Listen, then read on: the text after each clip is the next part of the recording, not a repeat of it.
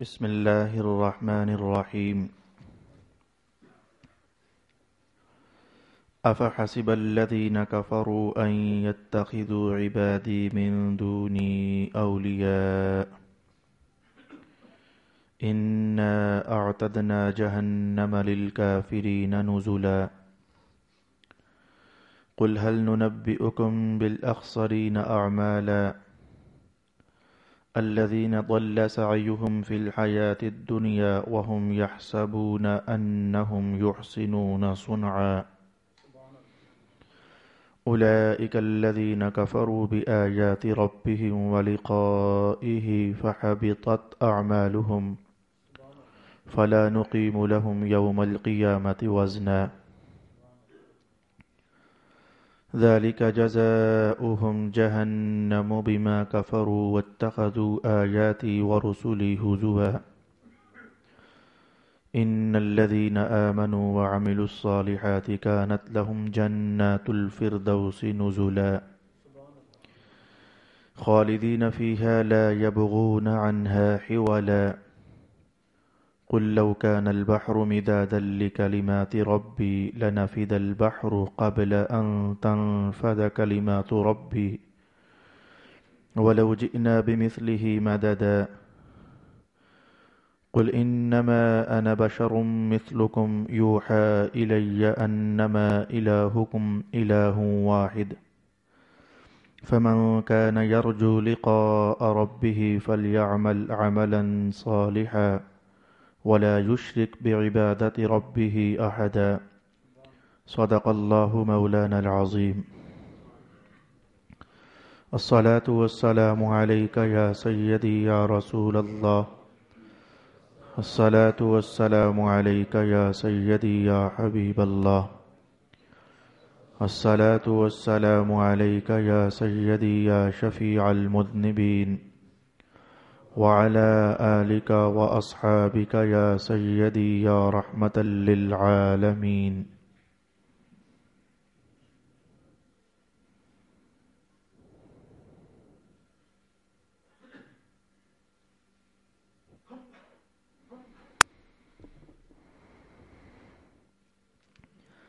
کیا کافروں کا یہ گمان ہے کہ وہ مجھے چھوڑ کر میرے بندوں کو اپنا دوست بنا لیں گے؟ بے شک ہم نے کافروں کی مہمانی کے لیے جہنم کو تیار کر رکھا ہے۔ آپ کہیے کہ ہم تم کو یہ خبر دیں کہ سب سے زیادہ نقصان دہ کام کن لوگوں کے ہیں؟ یہ وہ لوگ ہیں جن کی تمام کوششیں دنیا کی زندگی میں ضائع ہو گئیں اور وہ یہ سمجھتے رہے کہ وہ نیک کام کر رہے ہیں۔ یہ وہ لوگ ہیں جنہوں نے اپنے رب کی آیتوں اور اس سے ملاقات کے ساتھ کفر کیا، سو ان کے اعمال ضائع ہو گئے، اور ہم قیامت کے دن ان کے لیے کوئی وزن قائم نہیں کریں گے۔ ان کی سزا جہنم ہے، کیونکہ انہوں نے میری آیتوں اور میرے رسولوں کو مذاق بنا لیا تھا۔ بے شک جو لوگ ایمان لائے اور انہوں نے نیک کام کیے، ان کے لیے فردوس کی جنتوں کی مہمانی ہے، وہ اس میں ہمیشہ رہنے والے ہیں، وہ اس جگہ کو تبدیل کرنا نہیں چاہیں گے۔ آپ کہیے اگر میرے رب کے کلمات کو لکھنے کے لیے سمندر سیاہی بن جائے تو میرے رب کے کلمات کے ختم ہونے سے پہلے ضرور سمندر ہی ختم ہو جائے گا، خواہ ہم اس کی مدد کے لیے اتنا ہی سمندر اور لے آئیں۔ آپ کہیے میں خدا نہ ہونے میں تمہاری ہی مثل بشر ہوں، میری طرف یہی وحی کی جاتی ہے کہ تمہارا خدا ایک خدا ہے۔ سو جو شخص اپنے رب سے ملاقات کی توقع رکھتا ہے اس کو چاہیے کہ وہ نیک عمل کرتا رہے اور اپنے رب کی عبادت میں کسی کو شریک نہ بنائے۔ صدق اللہ مولانا العظیم۔ تلاوت کرنے کے اعتبار سے تو سورۃ الکہف آج اختتام پذیر ہو گئی اور ترجمہ بھی آپ نے سماعت کر لیا، لیکن اس کا آخری حصہ اور آخری آیت مبارک آج اپنے مضامین کے ساتھ ہم سیکھ نہیں سکیں گے۔ میں نے گزشتہ بار بھی آپ سے کہا تھا کہ ایک اہم عنوان ہے جو کہ آخری آیت شریفہ کے اندر بیان کیا گیا ہے، اس کو ہم باقاعدہ ایک مستقل نشست ہی میں سیکھ پانے کا ارادہ کریں گے۔ میری مراد ہے کہ رسول پاک علیہ الصلاۃ والسلام کا بشر ہونا، اس پر انشاءاللہ العزیز اگلی جمعرات کو اللہ کے فضل سے گفتگو کی جائے گی۔ تلاوت کردہ آیات بینات میں چند ایک مقاصد ہیں جو مختلف حصوں میں پھیلے ہوئے ہیں۔ میں 1 2 3 4 کرتے ہوئے ان مقاصد کو حاصل کرنے کی کوشش کروں گا اور اس کے ساتھ ہی ہمارا سبق اختتام پذیر ہو جائے گا۔ پہلی آیت شریفہ میں رب کائنات نے کچھ کافر ہیں تو ان کے بارے میں یہ بات ارشاد فرمائی۔ کون سے کافر؟ 3 طرح کے تھے۔ ایک یہودی تھے کافر، اور ایک عیسائی درجے کے کافر تھے، اور ایک مکہ میں رہنے والے مشرک درجے کے کافر تھے۔ کفار تو بہت سارے ہیں، آگ کی پرستش کرنے والے، ہندوستان میں بتوں کے سامنے جھکنے والے، چائنا میں مثلاً پھر درختوں کے سامنے جھکنے والے، اور سورج اور چاند کو اپنا معبود ماننے والے، مجوس قوم وغیرہ۔ کفار بہت ساری قسموں کے ہیں، لیکن یہاں پر قرآن حکیم نے 3 طرح کے کافروں کا حوالہ ارشاد فرمایا۔ فرمایا کہ یہ کافر لوگ، ان کا گمان یہ ہے کہ یہ میرے بندوں میں سے، مجھے چھوڑ کر تو میرے بندوں میں سے کچھ ایسے ہیں کہ جن کو اپنا دوست بنا لیں گے۔ بندے وہ میرے ہیں لیکن یہ ان کو اپنا حمایتی بنانا چاہتے ہیں۔ ایسا نہیں ہوگا۔ اِنَّا أَعْتَدْنَا جَهَنَّمَ لِلْكَافِرِينَ نُزُلًا۔ ان کافروں کو جن کا بیان یہاں ہے، ان کو ذرا ہمارے پاس آنے دیں، ہم نے بطور مہمان نوازی کے ان کے لیے دوزخ تیار کی ہوئی ہے۔ کون تھے یہ کافر جن کا حوالہ اس آیت شریفہ میں بیان ہوا؟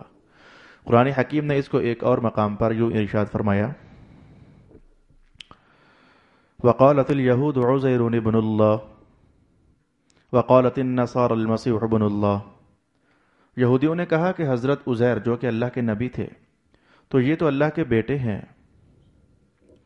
اور عیسائیوں نے کہا کہ حضرت عیسیٰ تھے جو اللہ کے نبی لیکن یہ اللہ کے بیٹے ہیں۔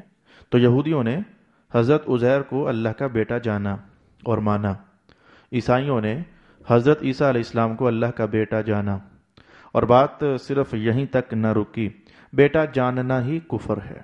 رب کائنات نے ارشاد فرمایا، لم یلد ولم یولد، اس کا بھی کوئی بیٹا اور بیٹی نہیں، اور وہ بھی کسی کا بیٹا بیٹی نہیں، وہ اولاد سے پاک ہے اور وہ والدین ہونے سے بھی پاک ہے۔ کوئی اس کا والد ہو اللہ کا، اللہ اس سے پاک ہے، کوئی اللہ کی اولاد ہو اللہ اس سے بھی پاک ہے۔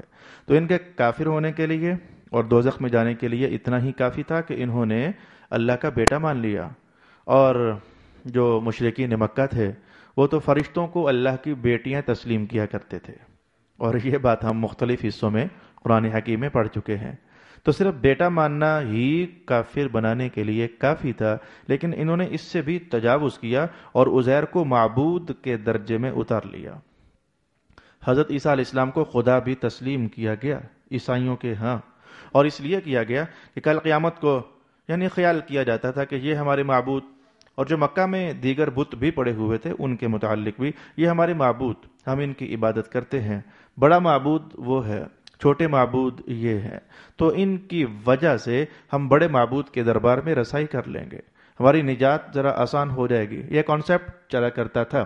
تو رب کائنات نے فرمایا کہ ان کا خیال یہ ہے کہ ایک تو عزیر اللہ کا بیٹا اور دوسرا عیسیٰ اللہ کا بیٹا، اور صرف بیٹا ہی نہیں بلکہ انہوں نے خدا ہونے تک کی بات بھی کر دی ہوئی ہے۔ تو یہ ان کا گھناؤنا جرم کچھ ایسا ہے کہ اس کی جزا قرآن پاک نے ارشاد فرمائی، اِنَّا أَعْتَدْنَا جَهَنَّمَ لِلْكَافِرِينَ نُزُلًا، بے شک ہم نے ان کافروں کے لیے مہمان نوازی کے لیے جنت کو تیار کر رکھا ہے۔ قُلْ هَلْ نُنَبِّئُكُمْ بِالْأَخْسَرِينَ أَعْمَالًا، محبوب اب آپ ان سے ایک خاص بات ارشاد فرمائیے اور ان سے کہیے کہ کیا بتاؤں میں تمہیں، هَلْ نُنَبِّئُكُمْ، کیا ہم بتا دیں تمہیں کیا چیز، بِالْأَخْسَرِينَ أَعْمَالًا، وہ کون سا بندہ ہے، وہ کون سے لوگ ہیں کہ جن کے اعمال سب سے زیادہ نقصان کرنے والے ہیں۔ یہ آیت تھی کہ جو آج میں چاہتا تھا کہ ہم اسے ذرا اپنے ماحول کے حوالے سے سیکھنے کا اہتمام کریں کیا ہم بتائیں تمہیں کہ کون سا بندہ ہے، یہ محفل بیٹھی ہے تو اس میں سے کون ہے جس کے کام اسے سب سے زیادہ نقصان دینے والے ہیں؟ گجرخان، پاکستان، ہندوستان، پوری دنیا جہاں بھی انسان رہتے ہیں تو ان انسانوں کی بستیوں میں اور ان انسانوں کی دنیا میں وہ کون سا انسان ہے یا وہ کون سا گروپ ہے کہ جس کے متعلق رب کائنات نے کہا کہ ان کے کام سب سے زیادہ نقصان دینے والے ہیں، وہ اپنا ستیہ ناش کر رہے ہیں، اپنا نقصان کر رہے ہیں۔ تو بندے کا اس ٹائٹل کو ہم چاہیں تو یوں بنا لیتے ہیں کہ ہمارے کون سے کام ہیں جو ہمیں زبردست نقصان دیں گے، ہمارے کون سے کام ہیں۔ رب کائنات نے اس کے لیے ایک دستور ارشاد فرمایا، یہ کام کسی کام کا بھی نام نہ لیا، یعنی نہ تو یہ کہا کہ بے نماز رہنا، نہ تو یہ کہا یعنی اس موقع پر، اور نہ یہ کہا کہ شراب پینا، اور نہ یہ کہا کہ سب سے خطرناک نقصان دینے والا کام زنا کرنا، نہ یہ کہا کہ سب سے نقصان دینے والا کام چوری کرنا۔ کوئی اس طرح کی بات ارشاد نہ فرمائی، ایک ضابطہ ارشاد فرمایا۔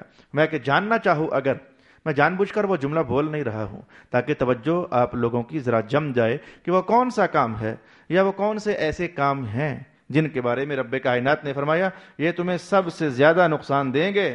کون سے کام ہیں آخر کہ جن سے ہمیں پھر فوراً بچنے کا اہتمام کرنا چاہیے؟ تو فرمایا الذین، ان لوگوں کے کام سب سے زیادہ نقصان دیں گے ان لوگوں کو، ان لوگوں کے کام کن کے؟ ضل سعیہم فی الحیاۃ الدنیا۔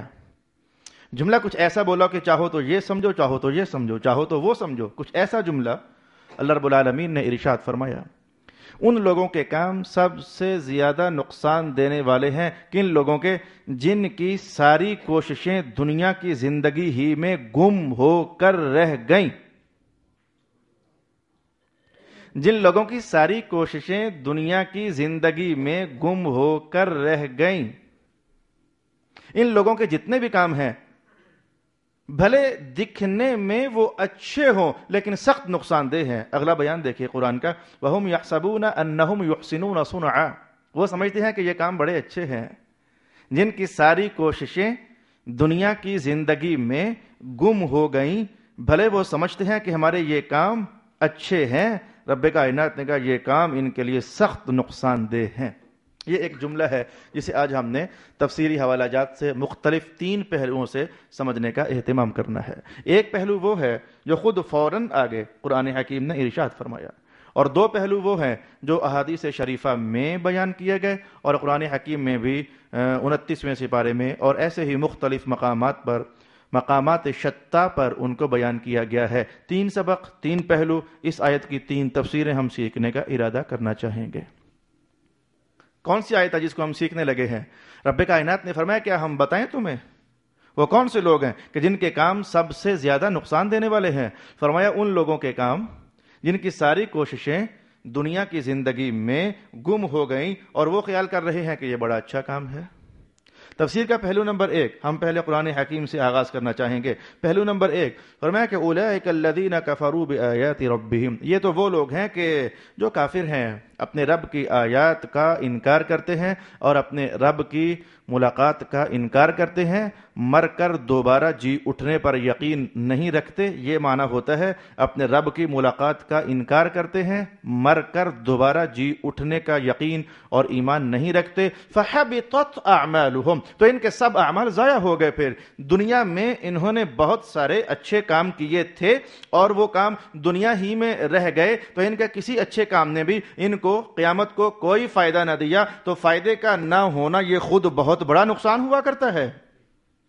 تو فرمایا کہ یہ کافر لوگ ہیں، ان کے سب اعمال حبطت اعمالہم، وہ اعمال سب کے سب محبوط ہو جائیں گے۔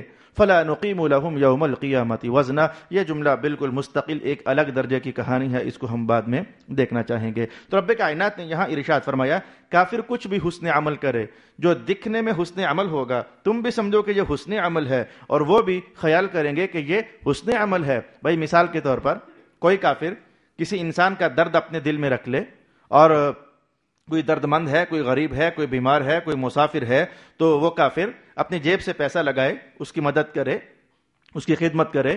انسانیت کی خدمت اللہ کے ہاں بہت بڑی نیکی ہے، دیکھنے والا بھی سمجھے گا کہ یہ بہت اچھا کام کر رہا ہے، اور کافر خود بھی تو یہی سمجھ رہے ہیں کہ ہم بہت اچھا کام کر رہے ہیں، انسانیت کی فلاح اور بہبود کا ہم سوچ رہے ہیں تو یہ سب سوچ رہے تھے کہ کام بہت اچھا ہے. رب کائنات نے کہا بہت برا ہے. مولا وجہ کیا ہے؟ میں کفروا، ان کے اچھے کام میں کفر کی تاریکی ہے، ایمان کا چاننا نہیں ہے. کام فائدہ تب دیا کرتا ہے کہ جب کام ہو حسن عمل اور اس میں مدینے والے محمد پر ایمان بھی ہو جائے، اللہ کی ذات پر ایمان بھی ہو جائے. تو ایمان اور عمل جب یہ دونوں مل جائیں تو نتیجہ پروفٹ ہوا کرتا ہے. ایمان اور عمل یہ دونوں مل جائیں تو نتیجہ منافع ہوا کرتا ہے. ایمان اور عمل یہ دونوں مل جائیں تو نتیجہ اللہ کی رضا مندی ہوا کرتا ہے. ایمان اور عمل دونوں مل جائیں تو نتیجہ رب العالمین کی خوشنودی بن جاتا ہے. ایمان اور عمل یہ دونوں مل جائیں تو مصطفیٰ جان رحمت کی نظر کمانے کے لیے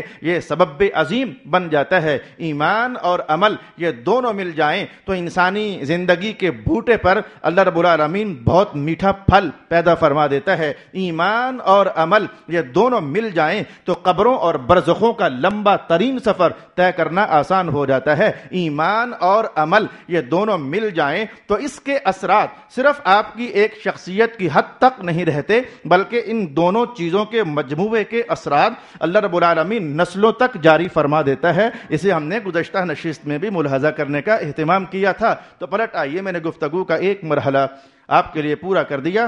رب کائنات نے ارشاد فرمایا الذین ضل سعیہم فی الحیاۃ الدنیا. میں بتاؤں کہ یہ بات کہاں لکھی ہوئی ہے قرآن حکیم میں؟ عمل صالح مفید تب ہوتا ہے جب اس کے ساتھ ایمان مل جاتا ہے. ارشاد باری ہوا من عمل صالحا وهو مؤمن، من عمل صالحا من ذکر او انثى وهو مؤمن. جو بندہ اچھا کام کرے، مذکر ہو یا مؤنث، اس سے غرض نہیں، جو بندہ اچھا کام کرے ایمان اس میں ہے. یہ ایمان کا ہونا یہ اچھے کام کے نتیجہ خیز ہونے کے لیے قرآن حکیم نے دلیل بنا دیا.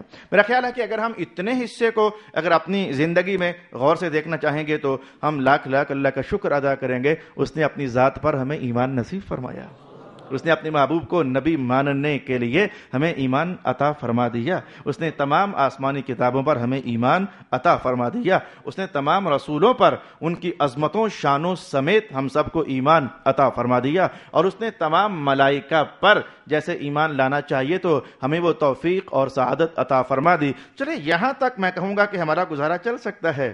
رب کائنات نے فرمایا کہ یہ نقصان زدہ وہ لوگ ہوتے ہیں جن میں ایمان نہیں. تو چلو ہم میں ایمان ہے، لگا ابھی کہ وہ نقصان جو کافروں کے لیے ہے نا وہ نقصان ابھی ہمارے لیے نہیں ہے. اللہ نے ایمان کی سعادت عطا فرما دی. لیکن اب میں فوراً کچھ آگے بڑھ جانا چاہوں گا جس کے بعد تو شاید ممکن ہے کہ ہر شخص اپنے آپ کو پکڑے اور پکڑ کر جھنجھوڑ دے. وہ بندہ جس کے اعمال جس کی تمام کوششیں دنیا میں کھپ گئیں اور وہ خیال کر رہا ہے کہ میں تو بہت اچھا کر رہا ہوں تو میں اس کے کام بڑا نقصان دیں گے اس کو. وہ اٹھا، اس کی صبح میں اللہ کی یاد کا جلوہ ہی نہیں ہے. نیوز پیپر اس کے ہاتھ میں تھا، چائے کا کپ اس کے ہاتھ میں تھا، کافی کی پیالی اس کے ہاتھ میں تھی. یہ اس نئے دن کا آغاز ہو رہا ہے. کچھ ایسے لوگ جن کی ساری محنت صبح سے لے کر شام تک صرف دنیا کے لیے، ضل سعیہم فی الحیاۃ الدنیا، ان کی تمام کوششیں دنیا کے لیے تھیں، دنیا ہی میں کھپ کر رہ گئیں. دنیا فنا ہو جانے والی ہے، اس میں جو کچھ ہے وہ فنا ہو جانے والا ہے، تو اس کی ساری کوششیں فنا ہو جانے والی ہیں. اس نے کچھ باقی کمایا ہی نہیں. صبح اٹھا، اخبار پڑھنے سے اس کی زندگی کا آغاز ہو رہا ہے، آج کے دن کا.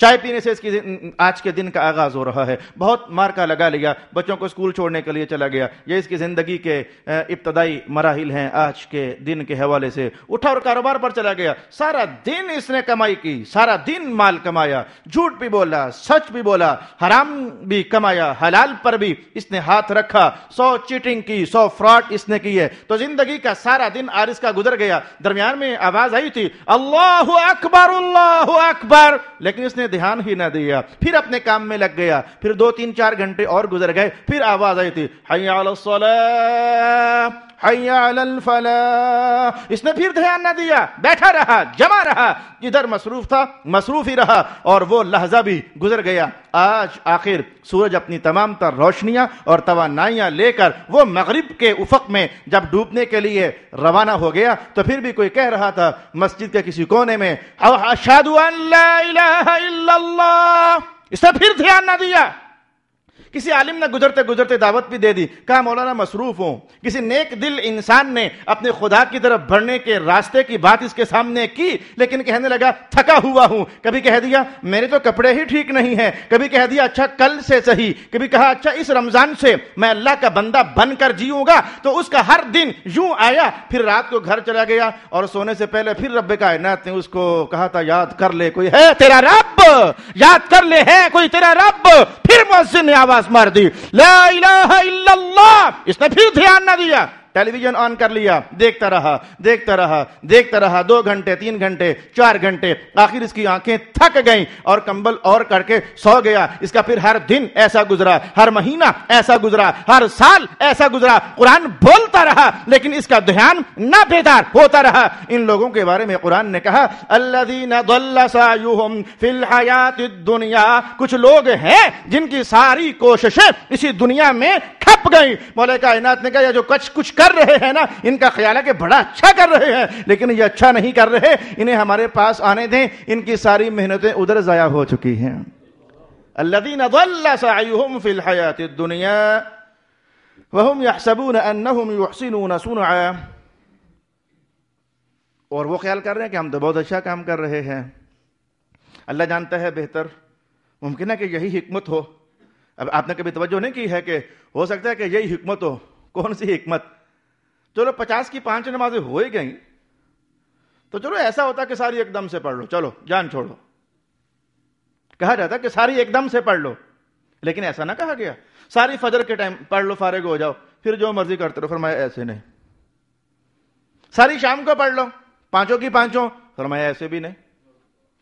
تو میں تمہیں رات کو سونا ہے، اس کے بعد اٹھنا ہے، پھر پڑھنی ہے، پھر 5-6 گھنٹے کام کرنا تو پھر پڑھنی ہے، 2-3 گھنٹے پھر کام کرنا، پھر اللہ کو یاد کرنا ہے، اور گھنٹہ 1.5 گھنٹہ پھر کام کرنا، پھر تمہیں خدا کی حضور جھکنا ہے.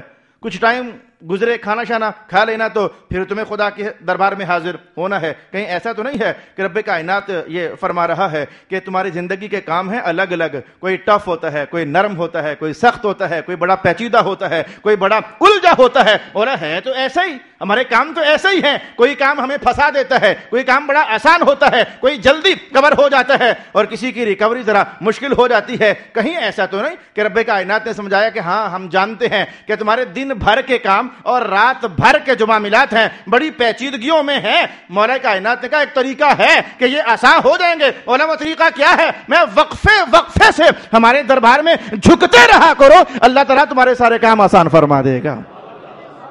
کچھ کام کیا تو پھر آ گئے.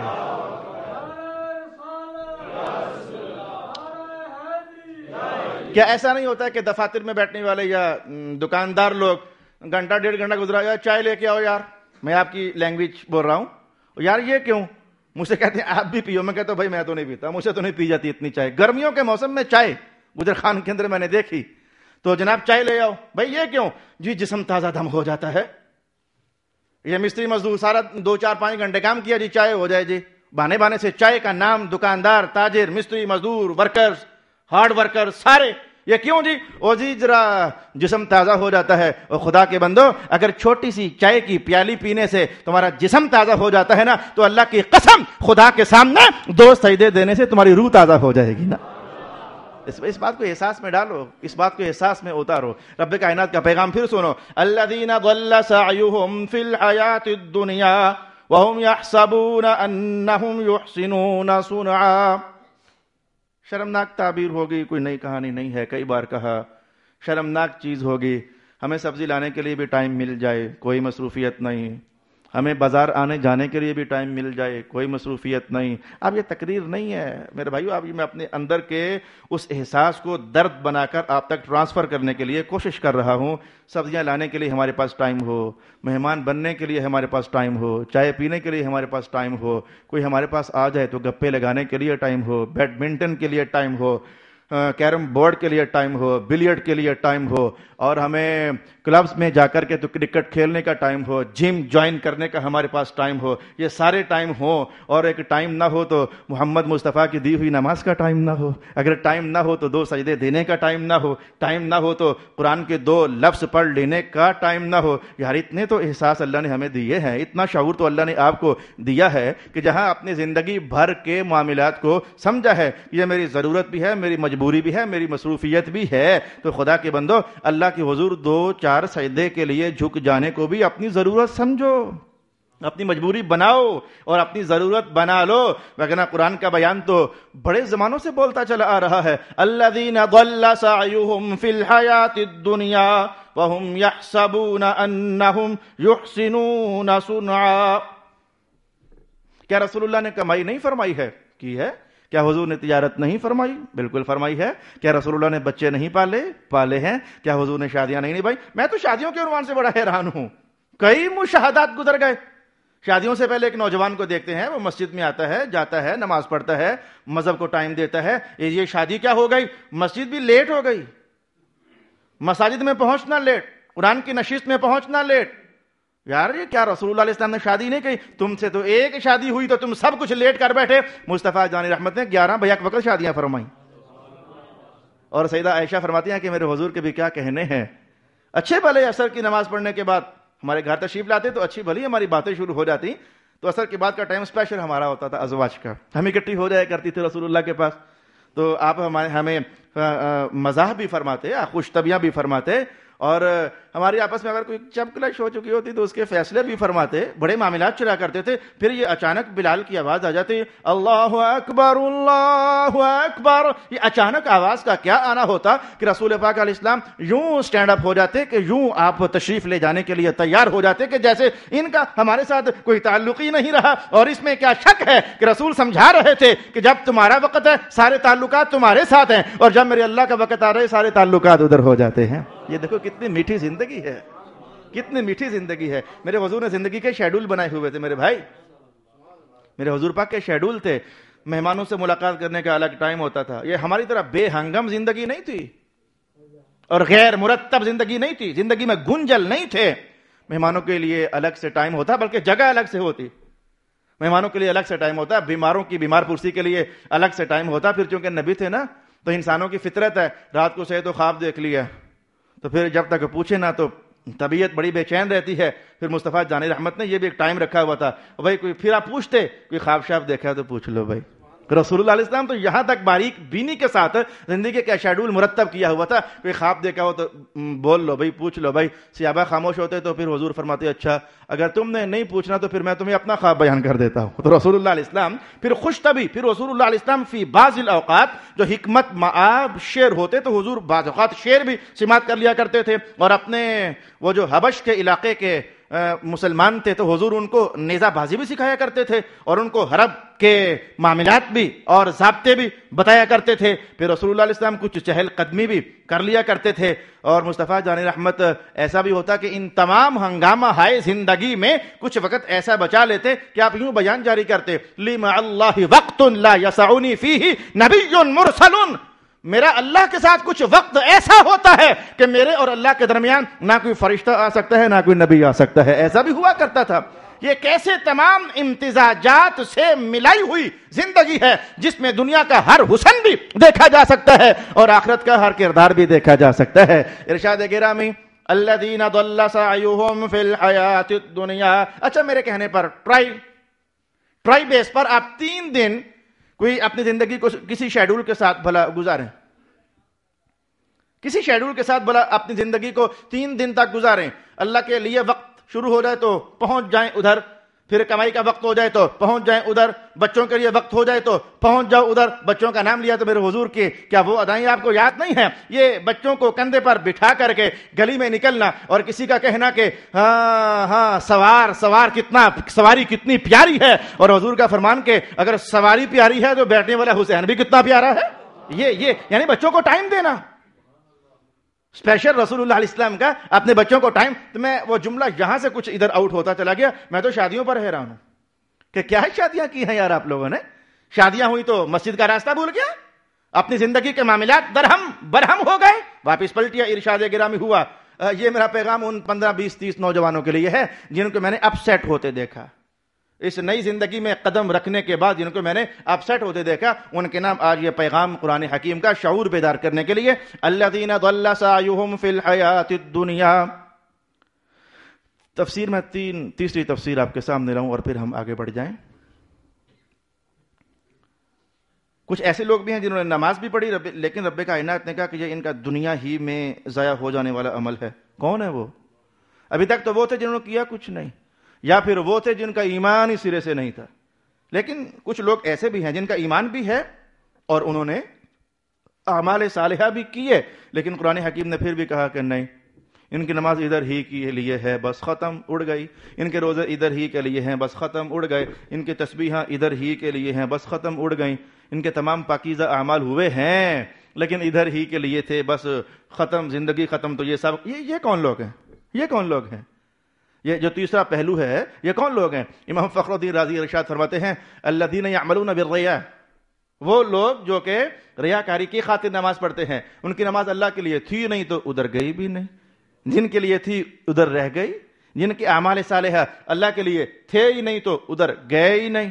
کیے تھے، ایمان بھی تھا، عمل بھی صالح تھا، لیکن جیسے ایمان عمل کو صالح بناتا ہے تو ریاکاری عمل کو اخلاص والا بناتے۔ ریاکاری اگر نکل جائے تو عمل اخلاص والا ہو جاتا ہے، ریاکاری آ جائے تو عمل کا اخلاص ختم، کفر آ جائے تو ایمان ختم، ریاکاری آ جائے تو عمل کا اخلاص ختم۔ میں نے کہا کہ یہ تیسری طرح کے لوگ تھے جن کو رب کائنات نے کہا کہ بس یہ سمجھتے ہیں کہ ہم بڑا اچھا کام کر رہے ہیں، لیکن یہ اچھا کام نہیں ہے۔ اچھا کام تو ہے کہ جس کے لیے کیا تمہارا کام اس کے لیے راز بن جائے، بس قیامت والے دن رب جان رہا ہو اور تم جان رہے ہو کہ ہم نے یہ کام بھی کیا تھا۔ فَلَا نُقِيمُ لَهُمْ يَوْمَ الْقِيَامَةِ وَزْنًا، یہ جملہ میں نے روکا تھا، میں نے کہا تھا اس میں ایک الگ سے مضمون ارشاد ہوا۔ ہم قرآن حکیم کی ترتیب سے اب آگے بڑھنے لگے ہیں۔ پہلی تفسیر میں نے یہ بیان کی تھی کہ جن لوگوں کی ساری کوششیں دنیا میں ضائع ہو گئیں، اس سے مراد کافر لوگ ہیں، اور آگے قرآن پاک کا حصہ میں نے تلاوت کیا۔ ان کافروں کے لیے رب کائنات نے ارشاد کیا، فَلَا نُقِيمُ لَهُمْ يَوْمَ الْقِيَامَةِ وَزْنًا، ہم نے ان کے لیے بروز قیامت وزن قائم کرنا ہی نہیں۔ انہوں نے جو کچھ کیا تو ہم نے وزن قائم کرنا ہی نہیں۔ اس جملے کو دو طریقے سے سمجھا گیا۔ مفسرین کی ایک جماعت نے کہا کہ کافروں کے لیے میزان عدل لگایا ہی نہیں جائے گا، ویسے ترازو ہے جس میں اعمال تلیں گے، لیکن تفسیر کا ایک رخ یہ ہے کہ کافروں کے لیے قیامت والے دن ترازو لگایا ہی نہیں جائے گا، کیونکہ ان کا کوئی اچھا عمل ہے ہی نہیں۔ پھر ترازو کے دو پلڑے ہوتے ہیں، ایک میں ایک شے ہوتی ہے، دوسرے میں دوسری شے ہوتی ہے، تو ان کے پاس تھا ہی کفر، اور کفر کسی بھی کام کو اچھا بننے ہی نہیں دیتا، تو جو کچھ بھی ان کے پاس تھا وہ سارے کا سارا گندا ہی تھا۔ وہ ایک ہی پلڑے کا سامان تھا، دوسرے پلڑے کا سامان ان کے پاس ہے ہی نہیں ہے۔ کوئی عمل صالح، ایمان نہیں تھا تو عمل صالح بھی نہیں تھا، پلڑے کے دوسرے پلڑے کے لیے سامان ہی ان کے پاس نہیں ہے، تو جب سامان ہی ان کے پاس ایک پلڑے کا ہے تو اس کی تلائی نہیں ہو سکتی ہے۔ ایک طرف نیک اعمال، ایک طرف برے اعمال، جب ہیں ہی ایک طرح کے، سارے کے سارے ایک ہی طرح کے، تو فرمایا کہ ان کے لیے پھر میزان لگانے کا فائدہ کیا ہے، لہذا میزان ان کے لیے نہیں لگایا جائے گا۔ یہ ایک تفسیر بیان ہوئی، اور تفسیر کا دوسرا پہلو یہ ہے کہ کافروں کے لیے میزان لگایا جائے گا، تکڑی ہوگی، ترازو ہوگا، لیکن فرمایا کہ ان کے جتنے بھی اعمال تھے جب ان کو ترازو میں ڈالا جائے گا تو چونکہ ان میں ایمان نہیں تھا تو ان کا کوئی وزن ہی نہیں ہوگا، ترازو لگے گا۔ پہلا قول یہ ہے کہ ترازو لگے گا ہی نہیں کافروں کے لیے، اور دوسرا قول یہ ہے کہ ترازو لگے گا لیکن ان کے جو بھی اعمال تھے ان کا کوئی وزن ہی نہیں ہوگا، اس لیے کہ کام کا وزن تب پیدا ہوتا ہے کہ بندہ ادھر اللہ کو مان رہا ہو، ادھر محمد الرسول اللہ کو مان رہا ہو، تو ان کے کسی کام میں وزن نہیں ہوگا۔ یہ دوسری تفسیر ارشاد فرمائی گئی، ذالک جزاؤہم جہنم بما کفروا، ان کی سزا جہنم ہے کیونکہ انہوں نے میری آیتوں اور میرے رسولوں کو مذاق بنا لیا تھا۔ ان الذین آمنوا وعملوا الصالحات، بے شک وہ لوگ جو ایمان لائے اور انہوں نے نیک کام کیے، کانت لہم جنات الفردوس نزولا، ان کے لیے جنات ہیں فردوس والی، ان کی مہمان نوازی کے طور پر ان کے لیے جنت الفردوس ہے، یوں کہہ لیجئے ایمان والے اور اچھے عمل والے ان کے لیے جنت الفردوس ہے۔ بھی جنت تو جنت ہوئی، یہ فردوس کیا ہوا؟ جنت ہی ہوئی جنت، لیکن کہا جنت نہیں، وہ جنت جو فردوس ہے۔ آج میں اس کی تلاش میں تھوڑا سا وقت میں نے استعمال کیا کہ یہ فردوس کیا ہے ساتھ. اتنا تو ہم پہلے جانتے ہیں کہ رسول پاک علیہ السلام نے فرمایا کہ جنتوں میں سب سے اونچی جنت جنت الفردوس ہے. جو سب سے اونچی ہے اس کا نام جنت الفردوس ہے. اتنا کہ تو ہم پہلے بھی جانتے تھے. پھر اتنا بھی ہم نے حدیث پاک میں سنا ہوا ہے کہ جو جنت الفردوس ہے یہ سب سے اونچی اور افضل اس لیے ہے کہ اس کی جو چھت ہے وہ اللہ کا عرش ہے. جو اللہ کا عرش ہے تو یہ چھت ہے جنت الفردوس کی. گویا جنت الفردوس کے اوپر دیکھو تو ایک جو چھت ہے وہ اللہ کا عرش ہے. تو میں یہ نہیں کہنے لگا کہ اس کے اوپر اللہ بیٹھا ہوا ہے, یہ نہیں میں کہہ رہا, بس اللہ کا عرش ہے. اللہ کدھر ہے یہ معاملہ ہی ہماری سمجھوں سے باہر ہے. اللہ کا عرش ادھر ہے, تو اس لیے بھی اس کو جنت الفردوس کہا جاتا ہے. میری نظر پڑی امام جلال الدین سیوطی نے جو یہ روایت نقل فرمائی حضرت کعب سے بھی اور حضرت عبداللہ ابن عباس سے بھی, وہ فرمانے لگے کہ یہ فردوس لفظ جو ہے یہ عربی زبان کا لفظ نہیں ہے. یہ فردوس عربی زبان کا لفظ نہیں ہے. اس کے بارے میں دو قول کیے گئے, یا تو یہ نبطی جو زبان ہے اس کا لفظ ہے, اور یا یہ سریانی زبان کا لفظ ہے. یہ زبانوں کے نام ہوتے ہیں نا, یہ پٹواری ہے, اردو ہے, پشتو ہے, انگریزی ہے, بلوچی ہے, سندھی ہے, یہ جو ہمارے اپنے گھر کی ہو گئی ساری. اچھا جی یہ مصری ہے, یہ ایرانی ہے, یہ فارسی ہے. تو ایسے زبانیں ہوتی ہیں. تو ایک زبان ہے سریانی اور ایک زبان ہے نبطی. انہوں نے فرمایا کہ یا یہ نبطی کا زبان کا لفظ ہے فردوس, اور یا پھر یہ سریانی زبان کا لفظ ہے فردوس. تو کہا یہ فردوس ہوتا کیا ہے؟ فرمانے لگے کہ باغ ہوتے ہیں نا, باغ, آپ تصویر آپ خود ہی بنانا ذہن میں. باغ ہوتے ہیں, کوئی باغ ہوتا ہے انگوروں کا, کوئی بات ہوتا ہے امرودوں کا, کوئی باغ ہوتا ہے کیلوں کا, کوئی باغ ہوتا ہے آموں کا. تو جس شے کا جو باغ ہوتا ہے تو پھر ادھر وہی سارا کچھ نظر آتا ہے, دور دراز تک وہی نظر آتا ہے. اگر کبھی آپ سرگودے کی طرف گئے ہوں تو میں کہوں گا ادھر مالٹوں کے بہت سارے باغ ہیں. جب مالٹے لگے ہوں اور پک جائیں اور ایک عجب سا وہ رنگ وہ نکھاریں اور دور سے دیکھنے والے کی نظر ٹھنڈی ہو جائے, یہ اس دیکھنے والے کو مزہ آیا. آپ نے نہ دیکھے ہوں گے تو آپ کو اس لطافت کا احساس ہی نہیں ہوا. تو جو سنگترے جب لگ جائیں تو جو رنگ ایک حسن بکھیرتا ہے, درخت ہیں تو سبز سبز اور درمیان میں وہ سنترے لگے ہوئے ہیں یا مالٹے لگے, وہ تصویر اپنے ذہن میں بناؤ نظر کتنا حسن نکھرتا ہوگا. تو ایسے ہی ہر پھل کی اپنی شان ہوتی ہے. تو سریانی زبان میں فردوس اس باغ کو کہتے ہیں کہ جس باغ کے اندر ادھر نظر ڈالے تو انگوروں کے خوشے لٹکتے نظر آئیں, اور آگے نظر چلے جائے تو پھر بھی انگوروں کے خوشے ہی لٹکتے نظر آئیں, اور پھر آگے نظر چلے جائے تو پھر بھی انگوروں ہی کے خوشے لٹکتے نظر آ جائیں. تو فرداس ان کا یہ فرداس سے بنا ہے یہ لفظ فردوس. فرداس یعنی وہ باغ جو انگوروں کا باغ ہو, اور صرف باغ ہی نہیں, اس میں خوشے اور گچھے پک چکے ہوں اور پک کر لٹک چکے ہوں, اور ان کو دیکھ کر نظر للچائے کہ ہائے ہر دانہ میرے ہی منہ میں چلا جائے. جو اس درجے کا انگوروں کا باغ ہوتا ہے اس باغ کو سریانی زبان میں فرداس کہا جاتا ہے. تو ابن عباس نے فرمایا کہ کعب کہا کرتے تھے کہ یہ جنت الفردوس کہیں ایسا تو نہیں ہے کہ اس میں رب کائنات نے انگوروں کے باغ بڑے لگائے ہوئے ہیں اور اس میں انگوروں کا پھل بہت زیادہ اللہ کی طرف سے بنایا گیا ہے, اس لیے اسے جنت الفردوس کہا جاتا ہے. خالدین فیہا, اس میں ہمیشہ رہیں گے لوگ. لا یبغون عنہا حوالا, اور کبھی بھی یہاں سے جانا نہیں چاہیں گے, کہیں گے بڑا اچھا گھر ہے, کبھی بھی یہاں سے منتقل ٹرانسفر نہیں ہونا چاہیں گے. قل لو کان البحر مدادا لکلمات ربی. میں اس آیت کو پورا کرنے کے لیے 1-2 منٹ شاید میں اضافی لینا چاہوں تاکہ اگلی نشست ہماری ایک ہی ٹاپک پر کمپلیٹ ہو جائے. رب کائنات نے کہا اللہ کے جو علوم ہیں, اللہ کے جو کلمات ہیں, اللہ کی جو معلومات ہیں, اگر انہیں اکٹھا کیا جائے اور پھر لکھنا شروع کر دیا جائے, یعنی لکھا جائے اللہ تعالیٰ کو اینٹوں کا بھی علم ہے, اللہ تعالیٰ کو چھتوں کا بھی علم ہے, اللہ تعالیٰ کو امرودوں کا بھی علم ہے, اللہ تعالیٰ کو اس شے کا بھی علم ہے. وہ جو علم ہے اللہ تعالیٰ کے, انسانوں کا علم ہے, آنکھ کے اندر کتنی وینز ہیں ان کا علم ہے, کتنی شریانیں ہیں ان کا علم ہے, دل دن میں کتنی بار پمپنگ کرتا ہے اس بات کا علم ہے. جو اللہ کے علوم ہیں انہیں اکٹھا کیا جائے اور پھر لکھنے لگ جائے نا, تو اللہ رب العالمین نے فرمایا کہ یہ سارا سمندر اور اس جیسا ایک اور سمندر یہ لکھ کر کے تو یہ سیاہیاں خشک ہو جائیں گی, لیکن اللہ کا علم لکھنے میں پھر بھی پورا نہیں ہو سکتا. ہمارے رب کا اتنا علم ہے کہ وہ لکھنے میں پھر بھی پورا نہیں ہو سکتا. یہ قوی ترین آیت ہے جو اس بات پر دلالت کرتی ہے کہ اللہ تعالیٰ کے تمام علوم لا متناہی ہیں, غیر محدود ہیں. اس بات کا مطلب کیا ہوا؟ لا محدود ہیں. علوم کیا محدود بھی ہوتے ہیں؟ جی ہاں.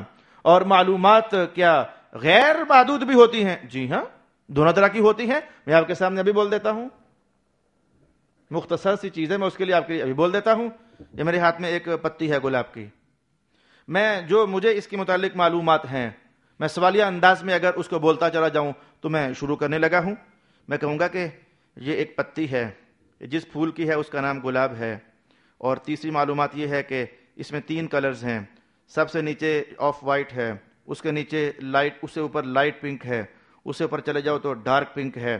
یہ بیضوی شکل کا سا ہے، نیچے سے تکون ہے اور اوپر سے گول ہے، لیکن درمیان میں کٹ سا لگا ہوا جیسے وہ دل سا بنا ہوتا ہے. میں یہ معلومات آپ کو بتاتا چلا جا رہا ہوں. اور پھر میں کہوں کہ اس کے اندر میں دیکھ رہا ہوں ایک بڑا پائپ ہے جس کے ذریعے پانی نیچے سے پھول میں پہنچتا ہے اور پھول سے ہر پتی میں منتقل ہوتا ہے. پھر میں دیکھ رہا ہوں کہ اس بڑے پائپ کے دائیں اور بائیں بہت باریک باریک پانی کی نالیاں ہیں جن میں پانی نیچے سے ٹرانسفر ہوتا ہوتا اوپر آ جاتا ہے اور پھر پوری پتی میں پھیل جاتا ہے، جس کی وجہ سے پتی سرسبز اور شاداب رہتی ہے. اور پھر میں اگلی معلومات یوں بول دوں، حیرت ہے یہ پانی چلا نیچے سے تھا جڑ سے اور تنے میں آ گیا، تنے سے پتے میں آ گیا، پتے سے شاخ میں، اور تب تک تو اس پانی میں کوئی خوشبو نہیں تھی، لیکن جب یہی پانی پتی میں آ گیا تو اس میں خوشبو پیدا ہو گئی ہے. میں یہ معلومات بھی آپ کے سامنے بول دوں. اور پھر میں اس کی موٹائی جو ہے، اب ہمارے پاس وہ ایم ختم ہو گیا کہ میں کتنی اس کی موٹائی بیان کروں، اور میں اس کی پھر لمبائی کے متعلق پھر معلومات رکھوں، اس کی چوڑائی کے متعلق میں پھر معلومات رکھوں، اور اس کے وزن کے متعلق میں پھر معلومات رکھوں، اور یہ کب تک اس حالت میں باقی رہ سکتی ہے یہ پھر میں معلومات رکھوں. اور پھر میں جائزہ لوں کہ آخر اس کے اندر جو پانی ہے اس پانی کی مقدار کتنی ہے، اور پانی کے علاوہ جو باقی مواد اور میٹیریل اس کے اندر ہے وہ مواد کتنا ہے. تو یہ پھر ایک اور معلومات آپ کے سامنے ہو جائے گی. پھر میں کہوں گا کہ ایک پھول کے ساتھ اس جیسی کتنی پتیاں ہو سکتی ہیں، یہ پھر ایک علم کی کہانی ہے. پھر میں کہوں گا کہ ان پتیوں کے اندر وہ جو چھوٹے چھوٹے سٹیگماز ہوتے ہیں، وہ دانے دانے، وہ کتنے ہیں، یہ پھر ایک معلومات ہو جائے گی. پھر یہ جو پھول ہے یہ ڈالی کے اوپر لگا تو ڈالی کی لمبائی کتنی ہے، یہ پھر ایک معلومات ہو جائے گی. پھر کانٹے دائیں بائیں آئیں کتنے لگے ہوئے ہیں، یہ ایک پھر معلومات ہو جائے گی. یہ ایک دن اور رات میں کتنا پانی اس تک پہنچتا ہے، ایک اور معلومات ہو جائے گی. پھر جب سورج چڑھتا ہے تو وہ اپنی تیز شعائیں پھینکتا ہے تو کتنا کو پانی ڈیزالو ہو جاتا ہے، یہ ایک اور معلومات. اب میں بولتا چلا جاؤں آخر انسان ہوں، اور پھر ایک وقت آ جائے گا میں کہوں گا بھائی بس مجھے اتنا ہی پتا ہے. ایک وقت ایسا آ جائے گا میں کہوں گا بس بھائی مجھے تو اتنا ہی پتا ہے، اس سے زیادہ مجھے معلوم نہیں ہے.